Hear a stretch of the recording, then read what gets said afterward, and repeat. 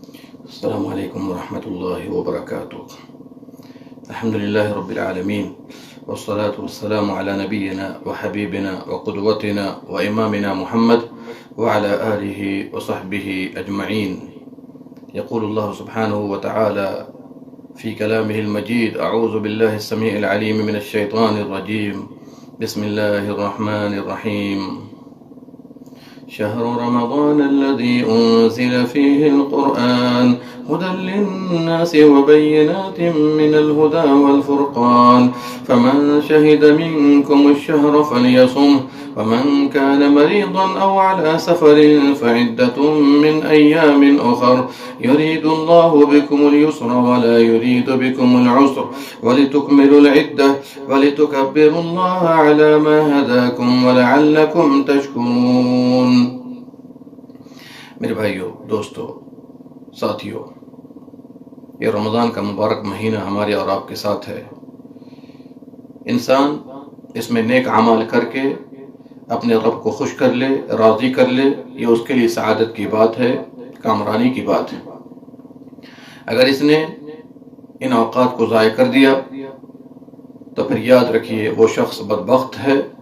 جیسا کہ نبی رحمت صلی اللہ علیہ وسلم نے فرمایا کہ وہ آدمی بد نصیب ہے جس نے رمضان کا مبارک مہینہ پایا اور اپنی مغفرت نہ کرا سکا.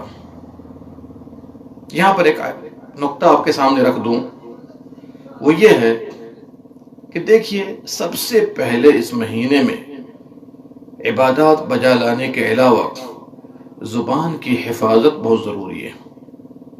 اپنی زبان کو اچھے فائدے، بھلے کاموں کے لیے استعمال کرے، اچھی بات کرے، تو انشاءاللہ روزے کا مقصد بہت حد تک حل ہو جائے گا.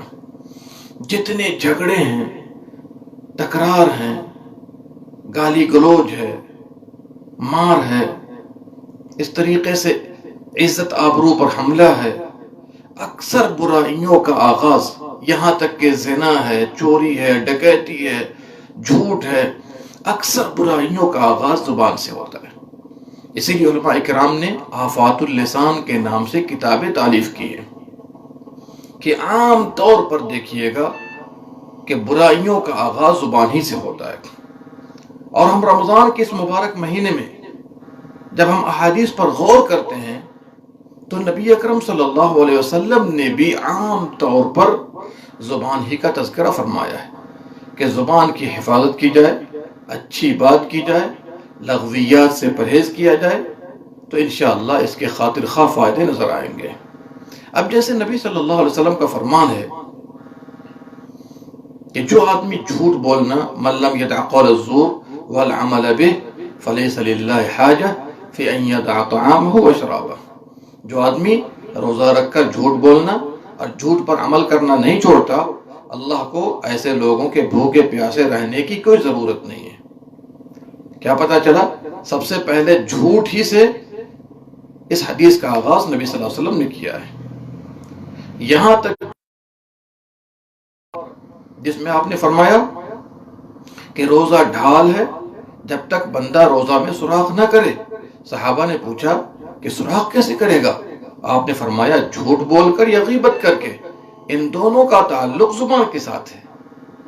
یہاں تک کہ وہ حدیث مبارک کو بھی ذہن میں رکھیے جس میں کہا گیا اگر آپ کو کوئی آدمی گالی دے، برا بھلا کہے، تو آپ اس سے کہیے کہ میں روزے سے ہوں، میں روزے سے ہوں. ایسی حدیث مبارک میں بھی زبان پر زور دیا گیا ہے. اور جب انسان زبان کا صحیح استعمال کرتا ہے تو اس کے اعمال کی بھی اصلاح ہو جاتی ہے. یہ کس آیت میں ہے؟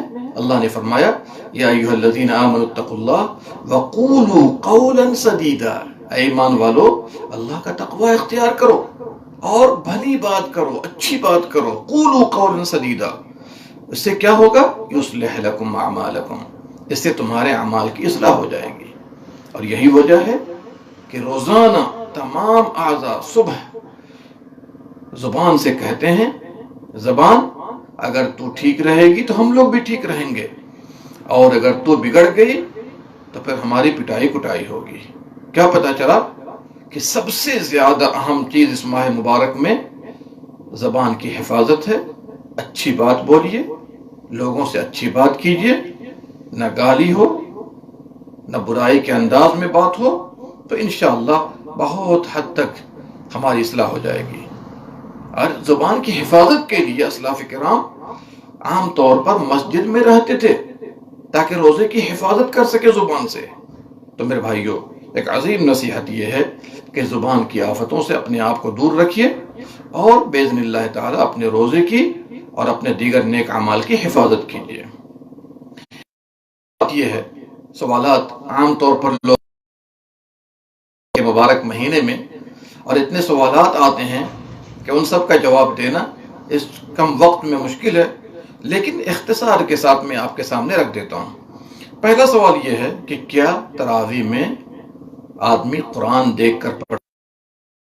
اگر کسی کو زبانی یاد نہ ہو یا کم نہ ہو اور تراویح اپنے گھر میں پڑھا رہا ہو، تو کیا آدمی زبان قرآن دیکھ کر پڑھ سکتا ہے؟ قرآن دیکھ کر پڑھ سکتا ہے؟ تو اس سلسلے میں یاد رکھیے، اگر آدمی کو زیادہ قرآن یاد نہ ہو، حافظ نہ ہو، تو انشاءاللہ قرآن دیکھ کر پڑھنے میں کوئی حرج کی بات نہیں ہے، خاص طور سے تراویح کی نماز میں۔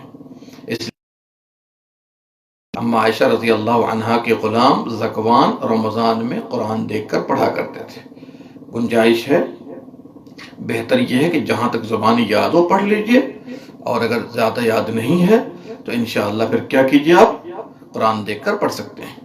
اسی طرح زہری تابعی رحمۃ اللہ علیہ فرماتے ہیں کہ ہمارے خیار یعنی نیک لوگ، اچھے لوگ رمضان میں قرآن دیکھ کر پڑھا کرتے تھے۔ گنجائش ہے لیکن افضل نہیں ہے، افضل تو یہ ہے کہ آدمی زبانی پڑھے جہاں تک یاد ہو، اور زیادہ یاد نہ ہو تو پھر آدمی کیا کر سکتا ہے، انشاءاللہ دیکھ کر پڑھ سکتا ہے۔ ایک مسئلہ اور ہے، عام طور پر رمضان میں پوچھا جاتا ہے، کیا تراویح میں ممیز بچے جو 7 سال 8 سال جن کو قرآن یاد ہے، اچھا قرآن پڑھ لیتے ہیں، بالغ نہیں ہوئے ہیں، کیا وہ امامت کر سکتے ہیں؟ دیکھیے، اس مسئلے میں علماء نے کلام کیا ہے، لیکن صحیح بات یہ ہے کہ ایسا بچہ امامت کر سکتا ہے، ایسا بچہ امامت کر سکتا ہے جو ممیز ہو، جس کو قرآن زیادہ یاد ہو، اچھا پڑھ لیتا ہو، نماز کے احکام سے بھی واقف ہو کہ صحیح طریقے سے نماز پڑھ سکے، تو انشاءاللہ پڑھا سکتا ہے، ٹھیک ہے نا؟ نماز ایسا بچہ پڑھا سکتا ہے۔ صحیح بخاری کے اندر ہے کہ عامر بن سلمہ اپنی قوم کی امامت کیا کرتے تھے، ان کی عمر 6 یا 7 سال تھی۔ اعتراض کرتے ہیں کہ اس بچے کی خبر نبی صلی اللہ علیہ وسلم کو نہیں پہنچی ہوگی۔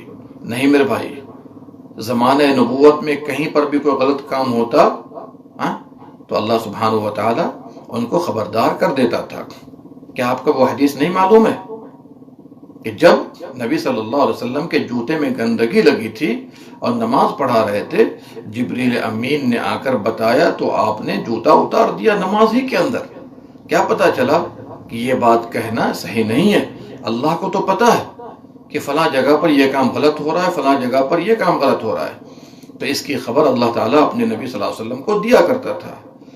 اور یہ بھی یاد رکھیے، جب نبی صلی اللہ علیہ وسلم نے ان کی قوم کے لوگوں سے کہا کہ جاؤ امامت وہ کرے گا جسے سب سے زیادہ قرآن یاد ہو، تو یہ لوگ گئے، اور جانے کے بعد سب لوگوں کو چیک کیا تو سب سے زیادہ اور اچھا قرآن پڑھنا عمرو بن سلمہ ہی جانتے تھے، ان کو امامت کے لیے پڑھا دیا گیا۔ اور یہ سب صحابہ اکرام تھے، یہ سب صحابہ اکرام تھے۔ اتنے 6-7 سال کے بچے تھے کہ ان کے پاس مناسب کپڑا بھی نہیں تھا، تو ان کی قوم کی عورت نے کہا، جب وہ سجدے میں جاتے تو گاہ کھل جاتی، تو عورتوں کے کہنے پر قوم نے اچھا سے اچھا کپڑا لا کر کے دیا۔ انہوں نے کہا، قبول کرنے کی مجھے خوشی، سب سے زیادہ مجھے خوشی اس بات سے ہوئی کہ میرے پاس ایک اچھا سا کپڑا ہو گیا، تو امامت کر سکتا ہے، کوئی حرج کی بات نہیں ہے۔ ایک اور مسئلہ لے لیجئے، کیا روزہ میں پیسٹ برش کر سکتے ہیں؟ علماء نے فتویٰ دیا ہے کہ کر سکتے ہیں، لیکن یہاں پر یہ بات بھی یاد رہے، چاہے نیم کا مسواک ہو یا کوئی اور مسواک ہو، پیسٹ برش ہو، کہ دانتوں پر رکھیے، حلق میں نہ لے جائیے، اس لیے کہ اگر حلق میں چلا گیا تو پھر روزہ آپ کا ٹوٹ جائے گا۔ اس احتیاط سے کریے، منہ کو جھکا کر کیجئے کہ انشاءاللہ وہ حلق میں نہ جائے۔ حلق میں جانے پر آپ کا روزہ کیا ہوگا؟ ٹوٹ جائے گا۔ چلیے تو احتیاط سے کام کیجئے۔ دیکھیے اذان ہو رہی ہے فجر کی، ایک بندہ دیر سے اٹھا، دیر سے اٹھنے کے بعد ایک دو لقمہ لیا ہی تھا کہ اذان ہو گئی، تو ابو داؤد شریف کے حدیث کی روشنی میں نبی صلی اللہ علیہ وسلم نے فرمایا کہ ایسا آدمی جو دیر سے اٹھا تھا اور ایک دو لقمہ لیا، تھوڑا کھانا ہے، پانی پینا ہے تو پی سکتا ہے انشاءاللہ، لیکن اس کو عادت نہ بنائے۔ آج کل الارم کا زمانہ ہے، الارم لگا لے، دوستوں سے کہہ دے اٹھا دے تاکہ اس کے روزے میں کوئی شک پیدا نہ ہو۔ لیکن اگر کوئی دیر سے اٹھے، وقت بھی کم ہے، کھاتے کھاتے اذان ہو گئی، ایک دو لقمہ باقی ہے، پانی پینا ہے، تو اللہ کی طرف سے رخصت ہے، لیکن اس کو ایک عادت نہ بنائے۔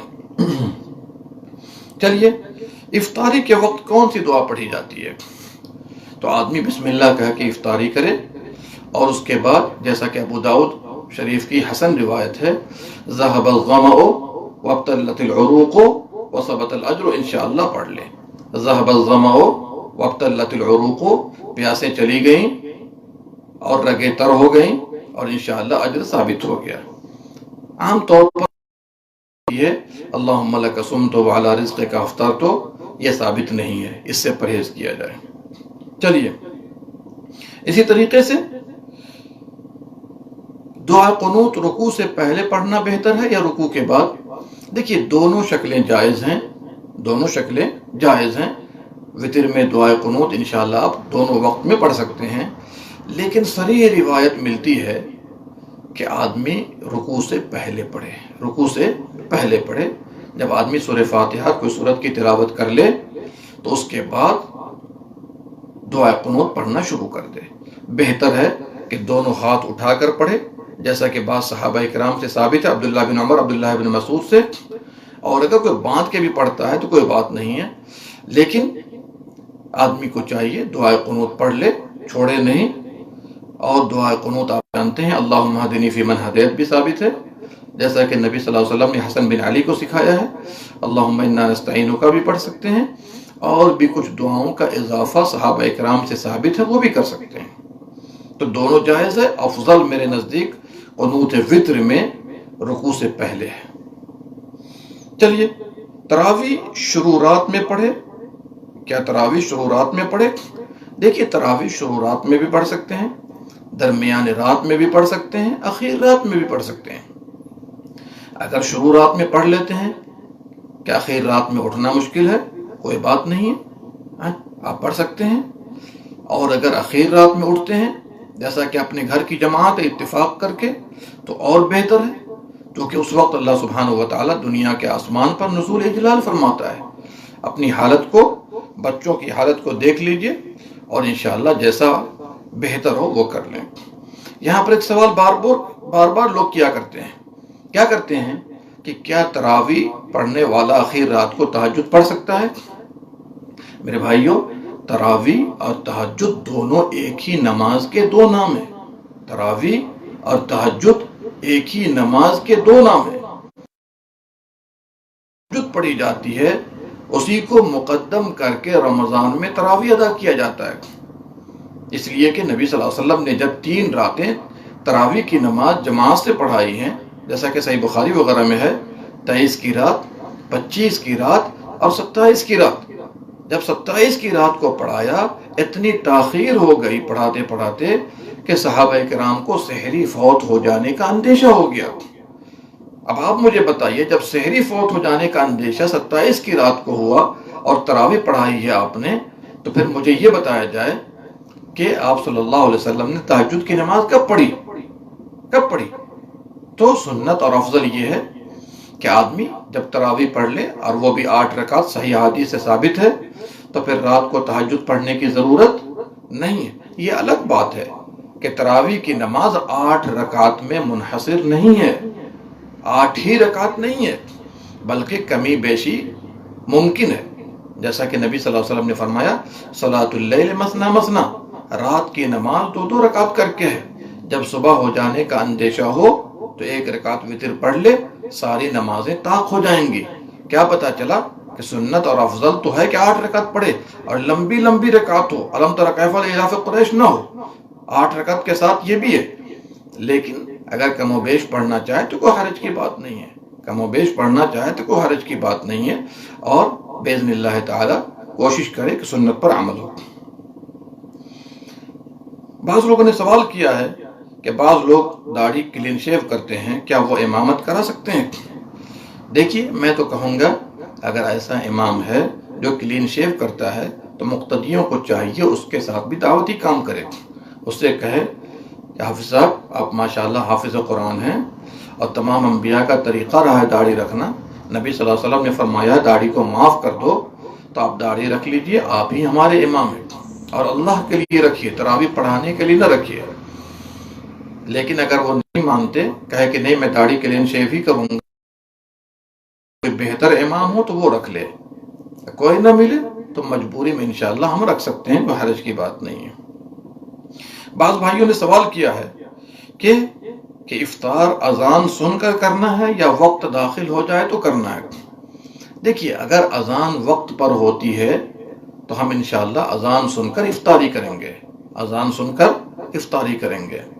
لیکن اگر کہیں اذان دیر سے ہوتی ہو تو انشاءاللہ وقت داخل ہو اور آپ کے پاس صحیح ٹائم ہو اور صحیح وقت معلوم ہے آپ کو کہ آج افطاری کتنے بجے ہے، تو اگر اذان دیر سے ہوتی ہو، بہت سارے مؤذن کئی منٹ کھا پی کر اذان دیتے ہیں، تو ایسی شکل ہو تو وقت داخل ہو، صحیح گھڑی آپ کے پاس ہے، ٹائم مناسب ہے، تو انشاءاللہ وقت داخل ہوتے ہی آپ انشاءاللہ افطار کر سکتے ہیں، کوئی حرج کی بات نہیں ہے۔ چلیے، ایک سوال ہمارے بھائی یہ بھی کرتے ہیں کہ اذان دینی چاہیے۔ دیکھیے، اگر سحری کے لیے اذان دی جائے تو سنت ہے، سنت ہے۔ بلال رضی اللہ عنہ سحری کے لیے اذان دیا کرتے تھے، اور عبداللہ ابن ام مکتوم یہ فجر کے لیے اذان دیا کرتے تھے۔ تو اگر سحری کے لیے اذان دی جائے سنت ہے، افضل ہے، اور یہ لوگوں کو معلوم بھی ہونا چاہیے کہ جیسے 5 نمازوں کے لیے اذان ہوتی ہے، ویسے سحری کے لیے بھی اذان نبی صلی اللہ علیہ وسلم کے زمانے میں اور ان کے بعد کے ادوار میں ہوتی رہی ہے۔ اگر یہ ہو جائے تو بہتر ہے، اور اگر نہ ہو پائے تو کوئی بات نہیں ہے انشاءاللہ، لیکن اگر دینا چاہیں تو دیں، انشاءاللہ سنت سے ثابت ہے۔ دیکھیے، 12واں سوال یہ ہے کہ کیا رمضان کے 29 اور 30 روزوں کے لیے ایک ہی نیت کافی ہے یا ہر دن نیت کی تجدید کرنی ہوگی؟ کل اس پر میں نے گفتگو کی تھی کہ دیکھیے، اگر پہلی رات کو آپ نے نیت کر لی اور لگاتار روزے رکھ رہے ہیں، کہیں پر کٹ اپ نہیں ہے، انقطاع نہیں ہے، تو اس سے کام چل جائے گا۔ لیکن کبھی کسی مجبوری میں روزہ رکھنا منقطع کر دیا ہے، ختم کر دیا ہے، تو پھر نیت کی تجدید کرے، پھر نیت کی تجدید کر لے۔ لیکن اگر روزہ رکھتا چلا جا رہا ہے تو پہلی رات کی نیت اور ارادہ ہی کافی ہے۔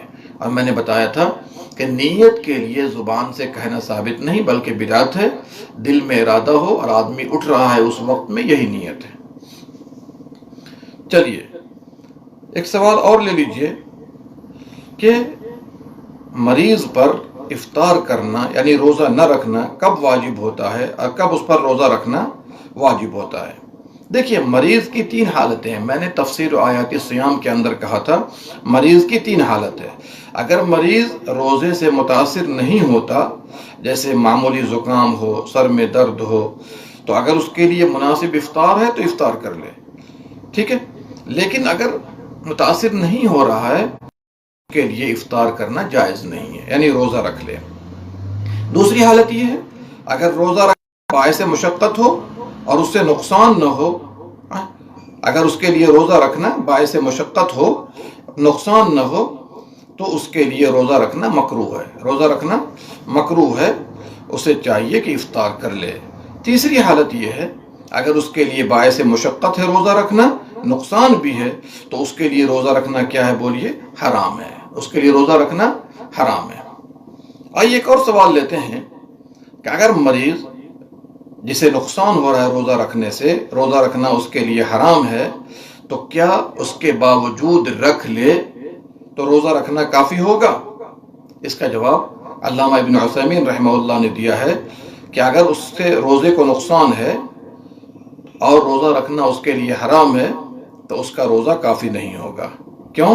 اس لیے کہ شریعت نے جس کام سے منع کیا ہے وہ آدمی وہی کام کر رہا ہے. جیسے ایام تشریق میں روزہ رکھنا، عید کے دن روزہ رکھنا نہ حلال ہے اور نہ ہی صحیح ہے، اور ایسے آدمی نے اللہ کی رخصت کو قبول نہیں کیا ہے، اپنے نفس کو نقصان پہنچایا ہے، جبکہ اللہ نے فرمایا وَلَا تَقْتُلُوا أَنفُسَكُمْ، اپنے آپ کو قتل نہ کرو، نقصان نہ پہنچاؤ، إِنَّ اللَّهَ كَانَ بِكُمْ رَحِيمًا، اللہ تم پر بڑا. ایک اور سوال لے لیجئے. ایک بیمار جس کے شفا کی امید ہے لیکن اس کی بیماری بڑھ گئی، آئندہ رمضان تک شفایاب نہیں ہو سکا، پھر موت ہو گئی، تو اس کے ولی پر، اس کے وارثوں پر کیا واجب ہوتا ہے؟ تو ان کے وارثوں پر کھانا کھلانا واجب ہے، اس لیے کہ روزہ کی قضا جو ہے مشکل ہے اور وہ مر چکا ہے روزہ رکھنے سے پہلے. ایک اور سوال لے لیجئے. ایسا بیمار جس کی شفایابی کی امید تو ہے اور اس کے بعد وہ شفایاب بھی ہو گیا، پھر مر گیا قضا کرنے سے پہلے، جو روزے اس نے کھائے تھے قضا کرنے سے پہلے فوت ہو گیا، اس کے ولی پر کیا ہے؟ تو اس کے ولی پر اس کی طرف سے روزہ رکھنا ہے، اس کی طرف سے روزہ رکھنا ہے. ایک اور سوال لے لیجئے. ایسا بیمار جس کی شفایابی کی امید نہیں ہے اور وہ فوت ہو گیا، اس کے ولی پر کیا ذمہ داری آتی ہے؟ تو اس کے ولی پر ہر دن کے بدلے ایک مسکین کو کھانا کھلانا ہے. سوال یہ پیدا ہوتا ہے، جیسا کہ نبی صلی اللہ علیہ وسلم نے فرمایا مات عنہ ولیہ، اس کا ولی روزہ رکھے گا. تو بعض علماء نے کہا کہ اس کا قریبی رشتہ دار ہے، لیکن صحیح بات یہ ہے کہ جو بھی لوگ وارث ہیں وہ روزہ رکھیں گے. اب سب سے قریبی وارث اس کا بیٹا ہے، تو بیٹا رکھ لے گا، پھر جو اور بھی قریبی وارثین ہیں وہ روزہ رکھ کر کے اس کے حق کو مکمل کر دیں گے. مسافر کے حق میں روزہ رکھنا افضل ہے یا افطار کرنا افضل ہے؟ تو ہم نے بتایا تھا پہلے بھی کہ مسافر کی 3 حالتیں ہیں. ایک تو یہ ہے کہ روزہ اور افطار برابر ہے تو وہ آدمی روزہ رکھے، جیسا کہ نبی صلی اللہ علیہ وسلم سفر میں تھے اور روزہ سے رکھ رہے تھے، اور بعض صحابہ کرام بھی روزے سے تھے. یہ کب؟ جب سفر میں مشقت نہ ہو، تکلیف نہ ہو. دوسری شکل یہ ہے کہ افطار کرنا زیادہ مناسب ہے تو افطار کر لے، اس لیے کہ اگر تھوڑی بہت تکلیف ہو رہی ہے تو افطار کرنا افضل ہے. اور تیسری شکل یہ ہے کہ باعث مشقت ہے سفر کرنا، برداشت کے باہر ہے روزہ رکھنا، تو اس کے لیے نبی صلی اللہ علیہ وسلم نے ایسے لوگوں کے بارے میں غزوہ فتح کے موقع پر فرمایا تھا کہ وہی لوگ نافرمان ہیں، وہی لوگ نافرمان ہیں. آئیے ایک سوال لیتے ہیں. ایک انسان کھا لیتا ہے اور پی لیتا ہے اور وہ شک کر رہا ہے طلوع فجر میں، پھر واضح ہوا کہ طلوع فجر ہو چکا تھا، اس کا روزہ صحیح ہوگا یا نہیں ہوگا؟ تو جواب یہ ہے اس کا روزہ صحیح ہے، اس پر قضا نہیں ہے. یہ جمہور کا قول ہے، اس لیے کہ وہ اس معاملے میں جاہل تھا اور اللہ تعالیٰ نے جہل کو ایسی حالت میں معاف کر دیا ہے. ایک اور سوال لے لیجئے. ایک انسان کھا لیتا ہے اور پی لیتا ہے، وہ شک کر رہا ہے غروب آفتاب میں اس کا روزہ صحیح ہوگا یا نہیں ہوگا. تو یاد رکھیے گا ایسے لوگوں کا روزہ صحیح نہیں ہوگا اور اس پر قضا ہے جب تک کہ اسے یہ یقین نہ ہو جائے کہ اس نے آفتاب غروب ہونے کے بعد کھایا ہے. ٹھیک ہے نا؟ یہاں پر ایک سوال پیدا ہوتا ہے کہ جب آدمی شک کر رہا ہو طلوع فجر میں اور دوسرا آدمی شک کر رہا ہو غروب آفتاب میں، تو دونوں میں فرق کیوں ہے؟ تو یاد رکھیے گا کہ پہلی شکل میں اصل یہ ہے رات کا باقی ہونا، رات کا باقی ہونا، اور دوسری شکل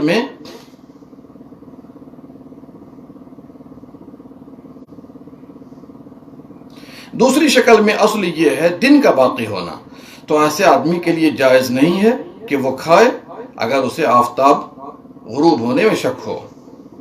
آئیے ایک سوال اور لیتے ہیں کہ اگر ایک آدمی اپنی بیوی سے روزے کے وقت میں ہم بستری کر لے اور وہ صحت یاب ہے، پھر بیمار ہو گیا یا سفر پہ چلا گیا دن ہی کے دوران، کیا اس کے لیے کفارہ لازم ہے؟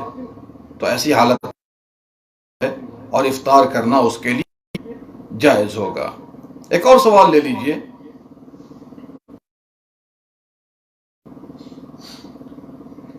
کہ کیا کفارہ واجب ہے جب بیوی سے قربت اختیار کر لے اور انزال نہ ہو، انزال منی نہ ہو؟ تو ہاں، ایسی حالت میں کفارہ واجب ہوگا کیونکہ اس نے دخول کر لیا ہے۔ اسی طریقے سے کیا کفارہ واجب ہے اگر اسے انزال ہو بوس و کنار کے ذریعے یا بیوی سے ہم بستری کی تفکیر کے ذریعے، لیکن اس نے ہم بستری نہیں کی ہے، تو بات واضح رہے اس کا روزہ فاسد ہوگا، لیکن اس پر کفارہ نہیں ہے کیونکہ کفارہ ہم بستری کرنے پر ہے۔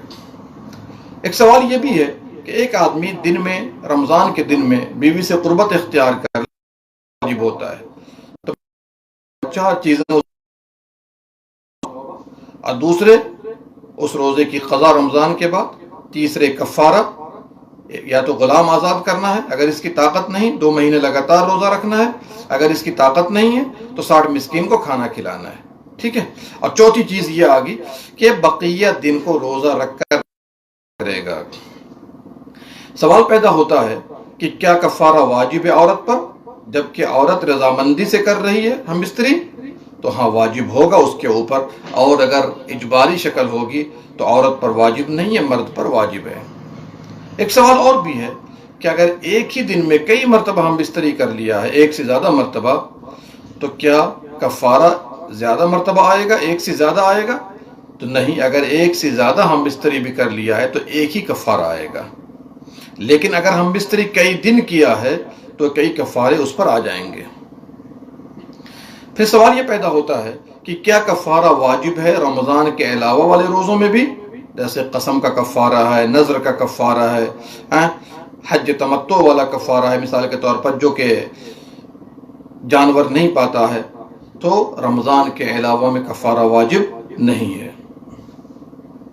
ایک آدمی پر 2 مہینے کا لگاتار روزہ ہے، وہ فوت ہو جائے 2 مہینہ روزہ رکھنے سے پہلے، تو کیا اس کی طرف سے ایک سے زیادہ لوگ روزہ رکھیں گے، یا اس سلسلے میں کیا کہا جائے گا؟